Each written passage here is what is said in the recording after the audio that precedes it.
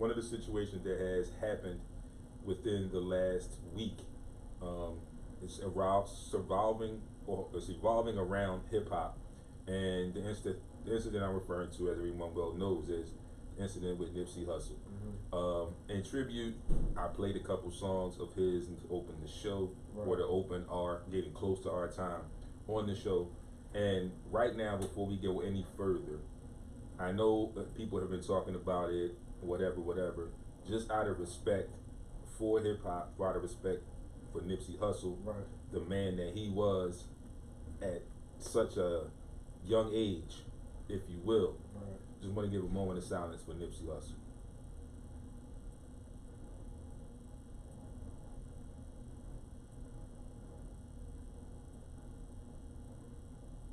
Thank you, everybody. And I hope you did that with me. And condolences again to his family, to the West Coast, and to the hip hop community for losing an artist of his caliber. So, with that being said, we will now get into our scores, our recap for the weekend. And as we know, the NBA is really, really getting heavy now. It's only about 2-3 games left for a lot of teams. The playoff push is upon us. The playoff seedings are just about set. So after I give these scores, we will definitely get into some NBA talk, and we will talk Sixers in the mix of that. So I'm going to go back as far as Saturday for the weekend for the NBA because we're getting so close to the playoffs. So Saturday there was 2 games. The Nets defeat the Bucks 133 to 128, helping their playoff positioning as well. And on Saturday also the Sixers defeated the Bulls 116 to 96. They got a much needed win. They got to win number 50 on the season, and they're in the 3rd seed. They are in the 3rd seed. They pretty much have a lock on that 3rd seed. My prediction was right. They have 2 games remaining. Yes, Frank's prediction was correct. They have 2 games remaining. They will play the Heat in Miami, and then they have close out the season at home against the Bulls again. They're gonna beat them again. Those should be 2 winnable games, and I know they were in a little funk with about a 4-game losing streak, so it was good to see them get that win on Saturday against the Bulls.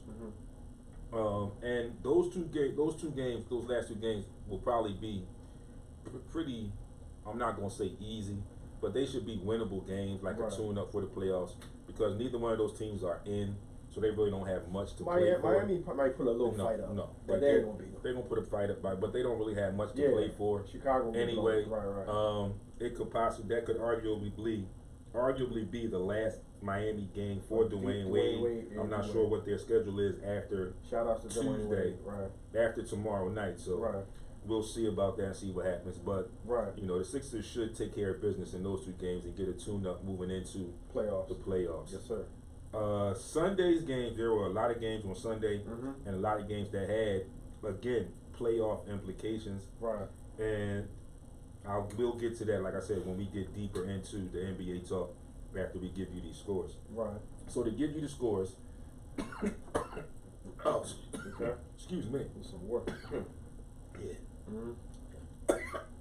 Excuse me for a second. Got a little tangled up there, but I'm back now. So, the Miami Heat lose to the Raptors 117 to 109. The Spurs defeat the Cavs 112 to 90. The Thunder defeat the Timberwolves 132 to 126. The Hornets beat the Pistons 104 to 91. The Nets defeat the Pacers. That was a big game for both of those teams. You know, it went in favor of the Nets, but not so good for the Pacers. The Nets take that 108 to 96. The Mavs defeat the Grizzlies in overtime, 129 to 127. Shootout. The Suns get demolished by the Rockets, 149 to 113. The Hawks lose to the Bucks, 115 to 107. The Magic defeat the Celtics, 116 to 108. Another big game in the playoff situation, a loss for the Celtics, a win, jostling position for the Magic.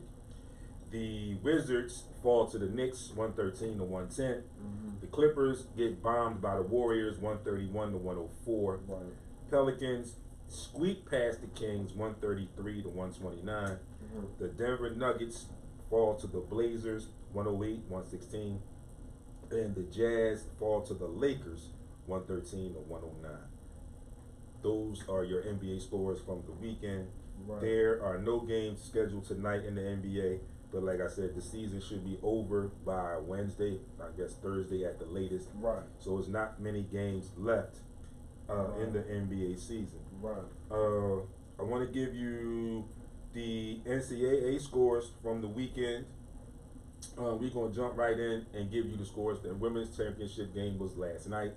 Tonight. Last night was the women's championship game. Tonight. And it was a great game if you did not see it. Baylor edges Notre Dame 82-81. And there was a very good moment stretch down there. I mean, good basketball the last 20-something, 30-something seconds of that game. Notre Dame had a chance to tie the game up at the free throw line. The first free throw was missed, and as we always say, the first one is the hard one. Yeah. The star from Notre Dame missed the first one, and she made the second one by accident. They were trying to do the miss the free throw to get the clock to get a shot up. Didn't work out that way, but that young lady, number 24, Ogumleke, I cannot pronounce her name, so I'm sorry, but she wears number 24. Right. Had a great career at Notre Dame. She actually won the title for Notre Dame last year. Right. So she has nothing to be ashamed of. She brought it yesterday. And like we say in the world of basketball, in the world of sports, things happen. Right.